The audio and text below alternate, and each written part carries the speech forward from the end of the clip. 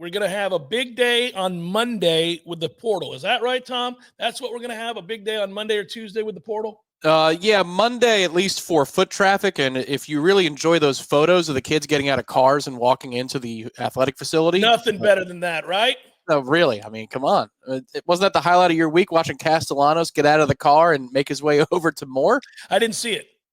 Oh, well, he looked really happy. And then he came back the next day as a commit. So it was a multi-day visit. Our reporters were trying to get him out there and get an interview with him. They snuck him out. They're like, you're a commit now. You don't need to talk to anybody about nothing. So he was not available to the media. But you're going to get the Nebraska players in addition to a couple of other portal targets to arrive on Monday and Tuesday. I highly, highly, highly encourage everybody to take a look at Matt Lasserre's chart on the Premium Recruiting Board, which is just a very nice, neat, organized way. Matt Millar would approve of this method of keeping things tidy for what to expect out of the portal. And I'll share it now. This is behind the scenes stuff, but if you want to review it as you go, sign up for the website. On the radio, you get no benefit whatsoever to me sharing this screen. But there you go. Castellanos is committed. Biscuit's committed. That doesn't feel – it feels strange. Returned is probably the better word. Mm-hmm. But as you can see, on Monday and Tuesday, James Williams from Nebraska, Prince Will, last name long, from Nebraska, Jamari Butler, the edge as well, Terrence Carter from Louisiana, Jaden Platt from Texas A&M, and Caden Kittler from UCF, the interior offensive lineman. He's a center. Are all going to be there Monday to Wednesday. And there might be more coming in. There might be more visiting those 2 days as well. When I go to the list, that includes those that have already left. Of course, I mentioned yesterday Marvin Jones Jr. and my sadness over the fact that we got nothing out of the son of my favorite Florida State player ever. And then you got a couple of good drives in the Cal game. That's what you got. Yeah, that's what you got. Grady Kelly tragically has entered the portal as well, Tom. We didn't get a chance to expound upon that. He was fine. He played fine. He played okay. For a number 4 or number 5 D tackle. He was fine. I think on the boards yesterday, it was like, good. I'm like, well, I mean, I'm not rooting that out. There are kids that I will root out the door. He's not one of them. Like, okay, need more help. He did what was asked of him, and he was an okay player. I got to guess. I've got to guess about all this. I mean, that's for money, right? He probably wanted more money, and we were like, no, we're not giving you. Yeah, feel free to maximize your value elsewhere. Yeah, I think we need to learn that. I think we need to learn that as an institution. Feel free to maximize your value elsewhere, young man. Okay, so I brought this up yesterday. You were not on the show until the last hour, so let's revisit some of this conversation around what's happening with the roster makeover at Florida State and what Mike is attempting to do and the hirings of these coaches and what it could all mean. And it's crazy to watch play out. We knew it'd be busy, and it is. It's interesting, something new seemingly every hour or two that we learn. There is either somebody entering the portal that we might be interested in. There's somebody that's leaving our program that we've already covered. There's, just it goes on and on and on. And that's great. That's fine. It's fun. But this to me is very similar to recruiting of yesteryear without obviously the old rules. This is not unlike the way it used to be in the sense that during the process, when you're offering kids like a scholarship, like in the prep ranks, you do so while also weighing a lot of factors. The potential for that kid to be what you want him to be in your system years from now, 2 years from now, 3 years from now, whenever it is, you think he can be ready to play for you. At the expense of another recruit, we're taking this recruit because the second we offer this kid, that kid goes elsewhere type measurements. You do those things. That's all still happening. And you have to be very realistic, just like you used to have to be very realistic. Am I going into the state of Alabama to grab the number 1 offensive lineman from Tuscaloosa and seeing if he can come to Tallahassee, that we can get him to Tallahassee? Well, if I spend a lot of time and effort and resources on trying to bring that kid to Florida State, is that a reasonable approach to recruiting when I know in the 11th hour, Alabama, if desperate enough, will do whatever they have to ensure that that kid goes there? We're not going to get that kid. Don't waste my time with that kid. Go look at a different tackle, right? So this is the kind of stuff you used to have to do and that you still have to do now. Just insert money, time and money. Same thing. You've got 30 kids you want to bring in on this roster. You're analyzing which of those kids you think you can get, how they'll fit in your new systems, offensively and defensively. You've got 2 brand new coaches running 2 new systems, completely new. And what personnel do I already have? Which one of those kids are going to, emerge as a pre-existing roster spot that I have that I can plug and play? Do I have a linebacker that's plug and play or not? If I don't, I better go find 4 or 5 of them, because we need to throw numbers at these problems. We've got to be good next year. This isn't about development. It's not about development at all. That's the lone factor that's different, is you're no longer looking at a player in the portal in the same way you did the prep ranks, because in the prep ranks, with very few exceptions, a player is not ready to come in and play and contribute at a very high level in year one. There have been exceptions. We know that, but very, very, very rare. The portal guys have to come. You're paying them. They have to come in and they have to play, and they have to play now. Now, it might be nice when you get to a point that you're good and you have sustained depth that you could, at that point, project a player 2 and 3 years down the road who was unhappy his freshman season at such and such school. I'll bring him in here. We'll get the most out of him. We liked him in high school. He chose Georgia. He chose LSU. We'll bring him in now. That's not Mike this year. That's not the portal this year. That's not what you can do right now. You could, but it doesn't behoove you to. You got to win now. You need this kid to kick ass the day he walks through the door. So you can't waste your energy on guys that it is unrealistic for you to get. Like, that means they're probably not coming because they have offers from, name your teams: Georgia, Alabama, Ohio State, Michigan, Penn State, whomever, Texas. You're probably not getting that kid. They're probably going to be able to spend as much, if not more than you, if they're one of the schools I just named. B, they didn't go 2-10. They're in a stable set of circumstances where they're playing in the playoff. Well, not Alabama, but these teams are likely to be a playoff team next year. What are your chances if you can't outbid somebody and you don't have the resume currently that what's the chances you're going to get that kid? Pretty low. So watching Mike and this staff and where they're concentrating their efforts is the same as you would have done in the old recruiting days. Who are we visiting? Who are we offering? And what implications are there for having done so? And this is all part of the stuff he's got to get right. And there's a lot of pressure to get it right. And by the way, if you get it wrong and you waste time on a kid that you're not going to get, who's playing you for more money from the team that he's ultimately going to go to, you've now spent too much time with them and not enough time with the kids you could have got who didn't have an offer at the time that you could have got him. Now he's got a multitude of offers because you spent 2 or 3 days thinking in dreamland that you were going to get this other kid that's going to go to Ohio State. So watching this is the same way it used to be. It's just a bunch of money that makes the difference. And also the pressing part of this is the time, the immediacy in which Mike has to get it right and these coaches have to get it right. So we're going to judge him on that, is the point. We're going to judge whether or not, when we look back, why didn't we get so-and-so? And if we did get him, did we fool around and drive up the cost when we could have had him for far cheaper 4 days ago, 3 days ago, if we had just started day one with him?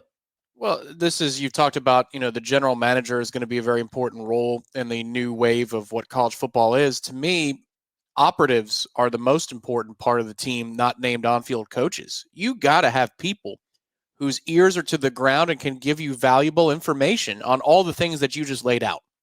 And so my hope is, Evan Cooper, for example, when he was hired last week, when Sean Callahan was talking about what Cooper is good at, and it's about evaluation, it's about hounding film, viewing film, looking at potential fits. That's a huge part of the equation that we were clearly missing on. And that's great. And you need guys like that. but you also need operatives who understand what you're talking about. He doesn't have another offer, coach. He doesn't have another offer. We don't need to go up another 20% on our offer. Just stop right there. Or he ain't coming here, coach. I know. I'm sorry, but let's just cross him off the list. Let's cross him off the whiteboard and let's make a phone call over here. Whoever those voices are, I don't even know what their role would be in terms of their job title on the staff directory of the football program, but you need people like that. You need 3 or 4 of them like that. It's almost like a campaign.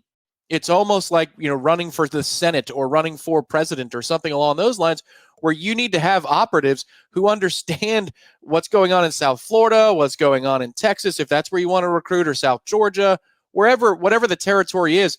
They've got to know the lay of the land. And you could say, Tom, well, that's a position coach who has good relationships in local towns. Yeah, it is.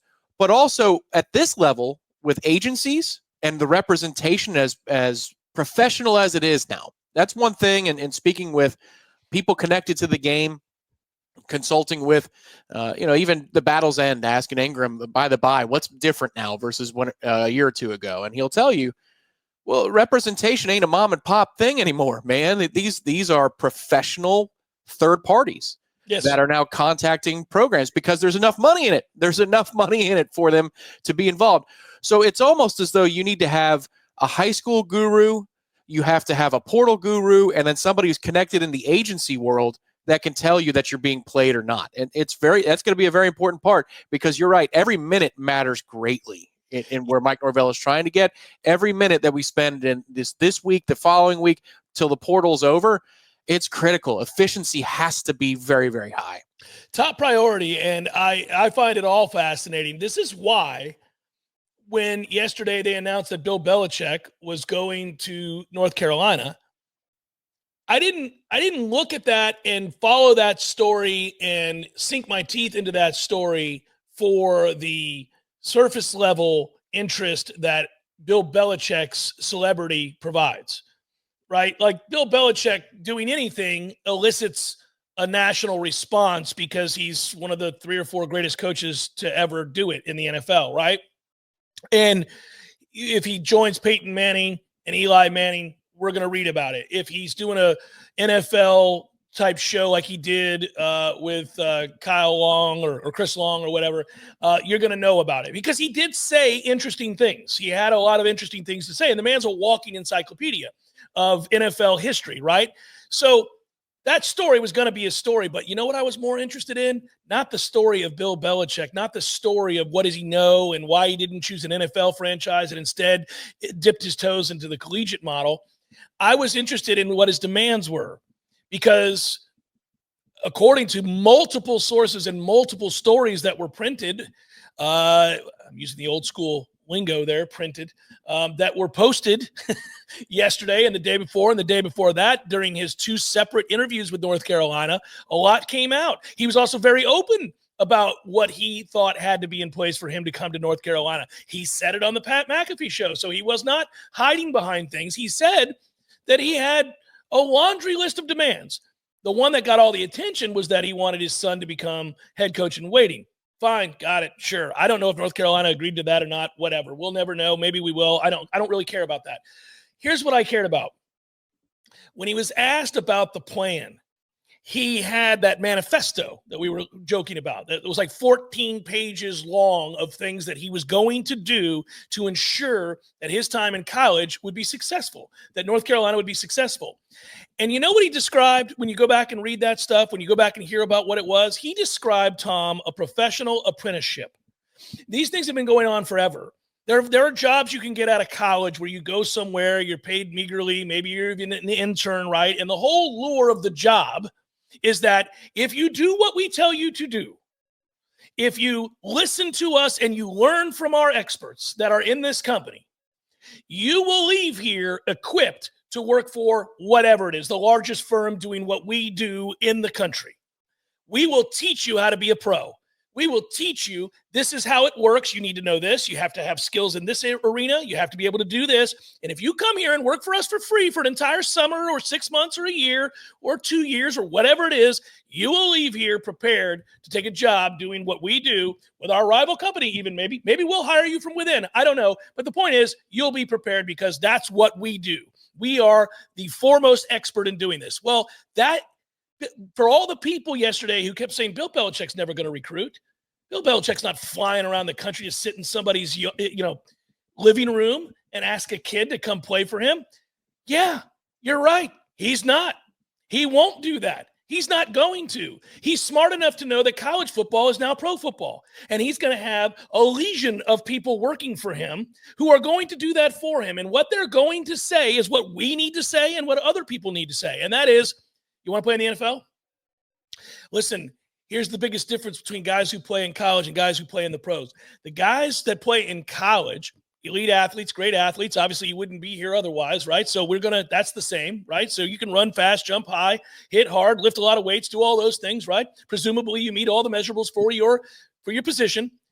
But the difference is in the pros, where it's a profession, and the things that you need to know are not just your position. A lot of kids know how to play whatever it is they play. They know how to play corner. I'm a corner. I play corner. But you don't know what the other hand's doing. You don't know what the defensive line is doing in this look. You don't know what linebackers are being asked to do with this look. You don't know. I'll teach you that. I know everything there is to know about how the NFL game is played, and I will show you how to be a professional so that if you ever do get your shot, those of you that are good enough, and you wouldn't be here talking to me right now and we wouldn't be recruiting you, if you ever get your shot, you might just last in the league a little bit longer because you came and played for Bill Belichick, an expert on how the NFL works, and this is your apprenticeship. We're going to pay you. You're going to come here. You're going to ball out. You're going to do exactly what I tell you. You may not like it. You may not love the discipline. You may not love all of the things I'm going to ask of you, but it will guarantee you to get your best shot of making the league and staying in the league if you get there. It's smart. It's a smart move. Well, this is where I hope the sport is going, and maybe Bill can help it get there, but that we don't have to worry about the student and the student athlete part. You can change it, morph it, mold it into an apprenticeship like you're talking about, a trade school. And yeah, you're going to have life skills along the way. But if you think about it, this is something that I was around, and I know you were around it too. The academies in high school, the training academies, internationally staffed and internationally, attended. The kids I would play against in golf in high school were on their way to mini tours. Some might have made it to the Corn Ferry, or I never found any names that made it all the way up to the PGA Tour. But their parents certainly thought they could, and they were +2, +3 handicaps. I know in the tennis world, it's the exact same way. It's even more voluntary academy, yes, and competitive. It's basically a Disney resort where you do 4 or 5 hours of coursework in the morning. That's it. The rest of your day is spent playing the sport. They had that in high school, and they had that 20 years ago, 30 years ago, 40 years ago in high school. Well, why is college this place where you have to go to, American history class followed by comp class, and you have to spend in some ways more time on that than you do in high school? Oh, it's the illusion of amateur athletics. Yes. Well, yeah, and so that Nick Saban and others can use the word process. I mean, you know how inhuman the word process is when you're talking about funneling kids through the academic process? You put them in a room with a tutor. They do all the work for you. You sign your name at the top of it. Maybe fill in a couple of bubbles on a sheet. You take the test on your own, and then that's it. Important to note that we both understand that's not true of everybody. But yes, not true. No, there are some scholars out there, and some legitimate student athletes. That's correct. And a legitimate percentage of them are legitimate. And this is a societal. I could go into Jimbo stuff about, well, how about we course correct it? No, I'm just saying. I think what we're getting to here, and people are pissed during this process of change. It's a true metamorphosis, is into a more honest system. We're getting greater honesty of what this machine has been about. We just haven't been privy to it on the outside of the bubble. And hopefully Bill can speed up that process, because I think you're right. That's the way to approach it. Look at international academies that you have for your under 18 for, say, soccer, Manchester United. You know what I mean? Like, you have major elite soccer institutions. That is the way I think we need to do, steer the ship in order to get it to some place that we're more efficient with everybody's time. And Bill bringing the NFL model might spark that discussion a little bit more. That's why I found the story intriguing, because if you get between, you get away from the surface level analysis and BS that they were talking about yesterday and really dive down into the better articles that have been written on that subject. Bill was not in hiding. He was telling you what he wanted to do. He was saying he had a plan. He had a means to make this work, right? Listen, you can love Bill Belichick, you can hate Bill Belichick, whatever, but there's no denying the man is one of the great coaches of all time. And he has, and I read the book, Education of a Coach, which was by David Halberstam, and an amazing book, and you guys could all read it. It came out years and years and years and years ago, before even the legend of Bill Belichick, right? He was winning, but he went on to win a lot more after that book came out. So his legend grew beyond that. He should have waited. But anyhow, that book taught you a lot about Bill Belichick and the way that he thinks.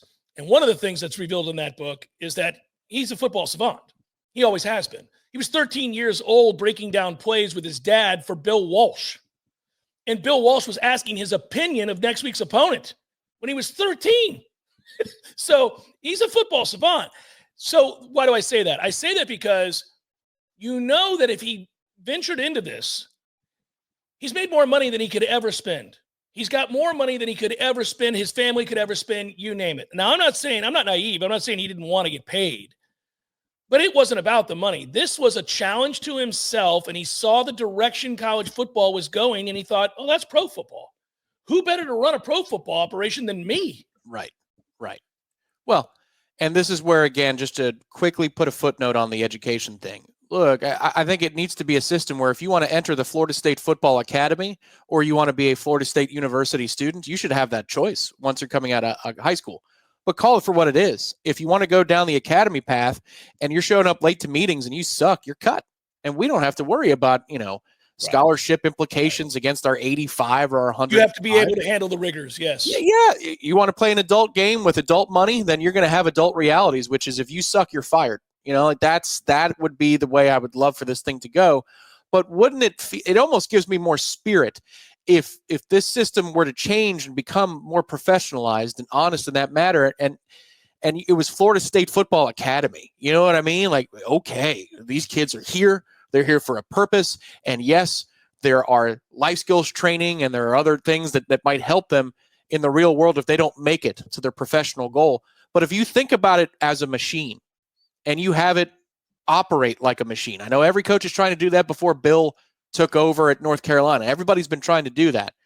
But if you can forge something that's more like a professional machine, I think people would feel more comfortable with being able to rip players on a Monday after a game when they stink. People are still uncomfortable with that. Yeah. Well, I know you're less so, and I'm less so. They're well paid. Screw it. Yeah, no. I've never had a problem ripping players even before they were paid. But I would also say that now I really don't have a problem. In fact, I'm emboldened to rip their ass when they suck because of that very thing. They're making a ton of money, and we're wasting our money if they're out there sucking for us. Nobody's got time for that. Stop sucking. Well, and that's to the original point, which is don't feel a greater sense of loyalty to, we'll let this kid hang around. No, man.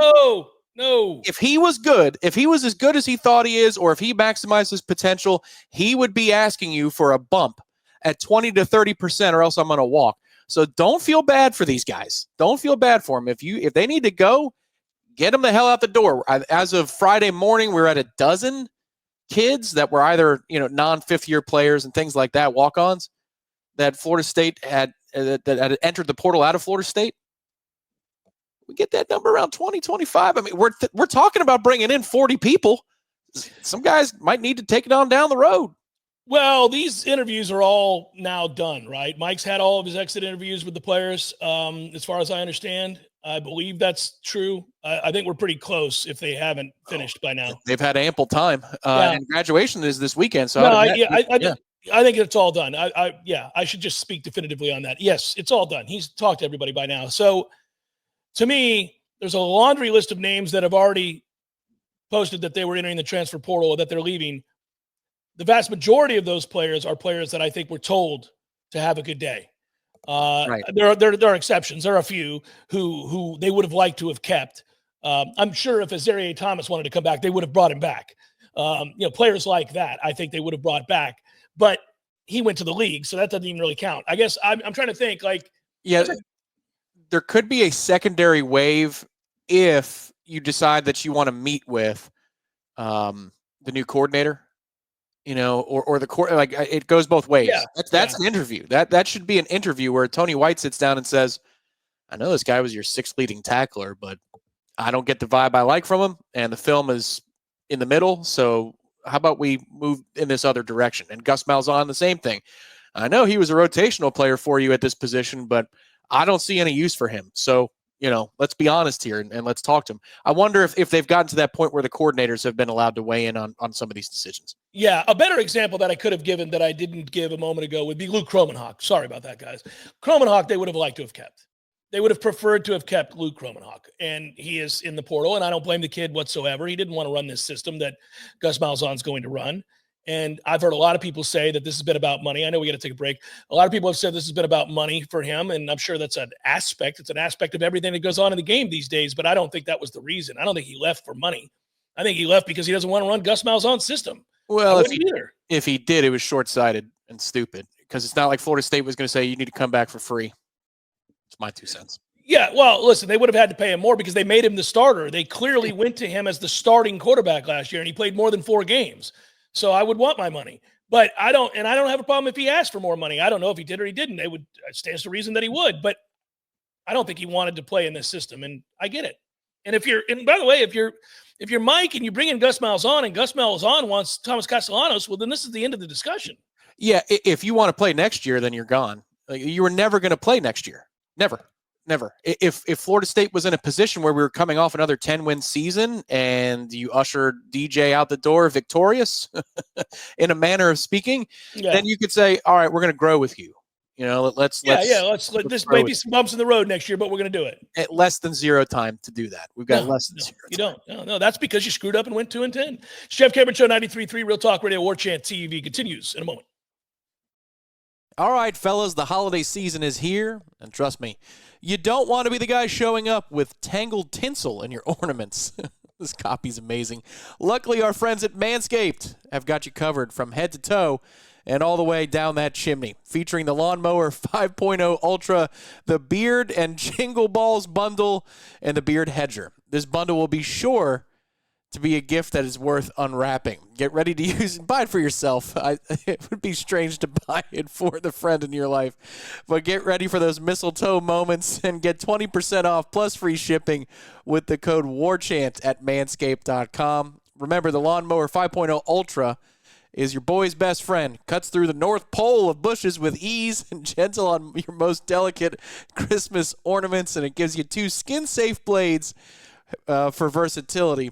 Whether you're after a tidy trim or a smooth festive finish, this is such good copy. The Beard Hedger's also there. Tackle your winter beard. This for real up top with a Beard Hedger featuring a titanium-coated T-blade. Whether you want to go full-on Santa or keep it neat for New Year's, this is the outstanding tool, the Beard Hedger. Join the 11 million men worldwide who trust Manscaped to stay sharp this holiday season. Get the Beard and Balls bundle today and slay your grooming routine. Get 20% off plus free shipping with the code WARCHANT at manscaped.com. That's 20% off plus free shipping with the code WARCHANT at manscaped.com, because Santa isn't the only one who needs, well, you get the rest for this year. Manscaped.com. Code WARCHANT for 20% off plus free shipping. The other day, and I was cracking up laughing about this, when I was a kid, we had this huge sectional couch that wrapped around the entirety of our old house living room. It was this huge. You still see them sometimes, like they've got them at Costco and stuff like that, where you have like 9 cushions that wrap around and then 2 that you can wheel in and out for the middle, And when you have those things, man, you drift off to sleep. At least I did, watching baseball, watching football, watching whatever, right? Every day that you could. I'd watch cartoons on there. I've seen every Flintstones episode 150 times. I mean, every one of them. The Flintstones was my favorite show. I used to love the Flintstones as a kid. And later on, I never really liked the Jetsons as much, but I love the Flintstones. But anyhow, they were back-to-back on TBS and Cartoon Network when I was a kid, so I watched both of them. But the Flintstones always came on first. Just one quick little nuance that I loved about that show, whenever they're in the car and they're talking, that they would make the car bounce up and down just a little bit to give you the sense that they were moving. I just thought that was such a brilliant touch. So you don't get bored with it anyway. Yeah, and I loved all the characters. I loved every one of them, whether it was Barney or Wilma or anybody. I loved the characters. But, yeah, poor Barney. But anyhow, I love Mr. Slate, the boss. He was an ass. Mr. Slate. Mr. Slate. He and Fred. Cogswell looked very, very similar. Yeah. The bald with the glasses. Yeah. And all Fred did all day long was make a dinosaur pick up a rock and then dropped it off and then picked up another one. That's all he did all day long at the rock quarry with his Brontosaurus. But anyhow, so I always laughed about that. But the point of me bringing any of this up is that the show on HBO, Inside the NFL, was also one of my favorite shows. And I would sit there and watch the old Inside the NFL, and they would use the classic NFL Films music when they would run highlights. And so you'd get that dun dun dun dun dun dun dun dun dun dun dun. You get all that stuff, right? And I loved that music. I would play football or imaginary football as a little kid, and I would dive into the end zone in slow motion while humming the NFL film song. Dun, dun, dun, dun.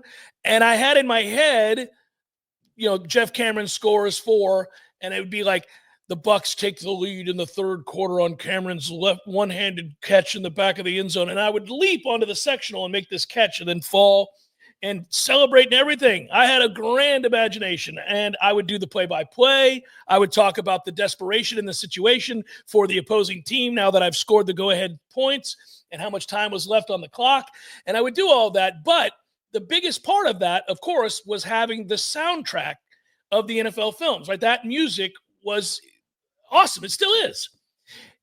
Bryce, just the other day, when I was showing him film of an old player from the Bucs, and then I was showing him some other players that were very similar, and we were talking about the NFL in the 70s and 80s, and I was talking about different players and different teams, and I was showing, and invariably when you bring up film, there's an account I follow called Old NFL, and they have all this great footage, like a random Week 4 game, Houston Oilers versus the St. Louis Rams, and you're like watching that game, you're like, I remember him, Earl Filson was a stud. I forgot all about Earl Filson, outside linebacker for the Oilers. That bitch would have 15 tackles a game. And you laugh. You laugh when you see these old names and you hear that music.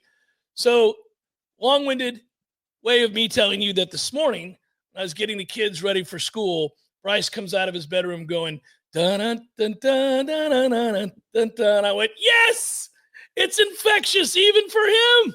He saw one film with that music and he's humming it this morning at 6:00 in the morning before eating a bagel. It's why music is the most important thing in the world when it comes to presentation and memory of video. It's what is Indiana Jones without John Williams' theme? Right. It's a dude cracking a whip. Yeah. Okay, whoop-de-doo. But you're like, okay, all right. Yeah, there's just something larger than life. NFL Films understood that. They understood that football can be cinematic. I mean, literally, when Florida State wins a football game, they do a cinematic recap. Oh, absolutely. Yeah. Never do it when they lose, but it's a cinematic recap because football it lends itself. Specifically that sport. Yeah, it's gladiatorial. Like baseball, you don't really need to do that because you have enough time between each pitch in order to understand the moment. But think about it. You don't usually see a bunch of cinematic baseball films that make you go crazy. You just see a collection of highlights, a montage of plays. But with football, there is something extra about it. And I think it's the majesty of the ball in the air. I really think it's that shot of the laces spinning in the air and the time it takes for that to happen. And then also the winter, the elements. Oh, the winter is the big part of it. Yeah. Getting the second half of the season in the winter is huge. Seeing your breath, trudging through the mud, all of those things. Where baseball, it's manicured and largely speaking perfect. But in football, the brutality of it, there's just so many more images that are memorable, and that's why it lends itself to it. And that said, it's time for the red zone. All right. NoleRetirement.com. Cue it up, baby. Welcome to the majesty. Every freaking rep. The elegance. To win the game. Oh, he hits the upright. It's no good. You have entered. Someone burned down the funeral home. You burnt the funeral home. Lives will be changed. Sideline. Touchdown. Unbelievable. Mothers will cry. When you see your players give all that they have and you lose that way, it's tough. Legacies are etched into eternity. I know who I am. North, South Dakota was his brother from West Virginia. This is the Red Zone. That's good to know. NoleRetirement.com, the website you want to go to, and you can find not only a winning game plan for retirement, but if you join their email list free, you'll find out about how you can make smart decisions for yourself and your family and have success in your golden years, as they say. Artisan Financial Strategies, my man Adam, doing a great job. Adam has earned the trust of an awful lot of fellow Seminoles, and he is a diehard Nole to boot. Adam Tolliver is a good man, but a hardworking, intelligent, and insightful man when it comes to this subject. So go check it out today, NoleRetirement.com. First down, sir. What do we got?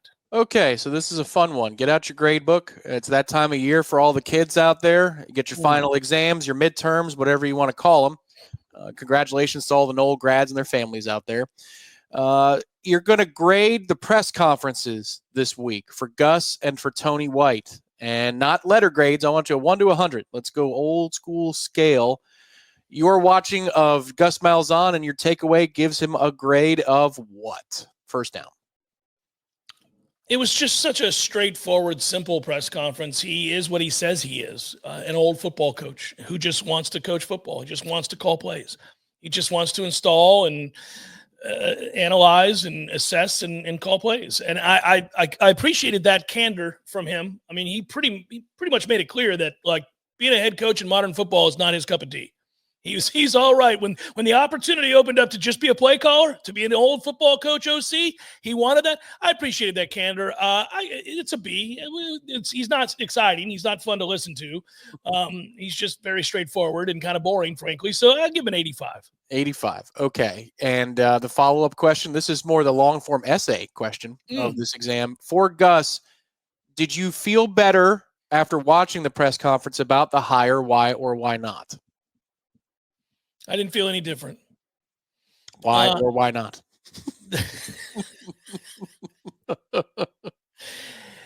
Because I already know who Gus Malzahn is. I've heard Gus Malzahn speak. I've watched Gus Malzahn coach. I know what his offense is, and I know what he's bringing. And it's just a matter of whether or not it's going to be successful. And I don't really care what he has to say at the dais, frankly.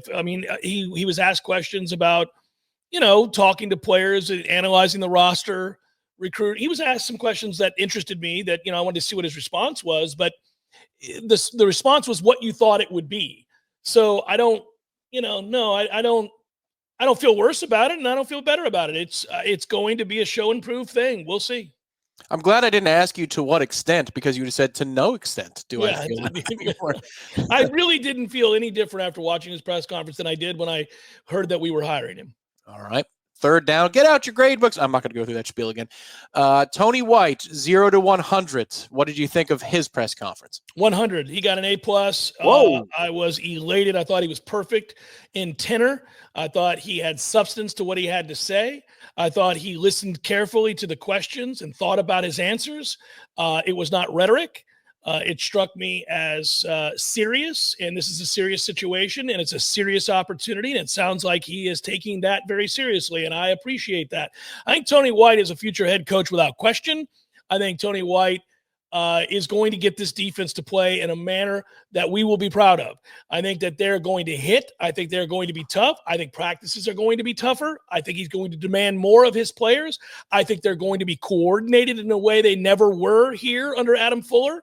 Adam Fuller saw a lot of ups and downs in his time here as a DC, and too many of those involved rudimentary things that every defense should be able to do. And I'm sorry, I might like you, and you may have some statistics in your favor over the course of your career and even your stint here at Florida State for stretches at a time.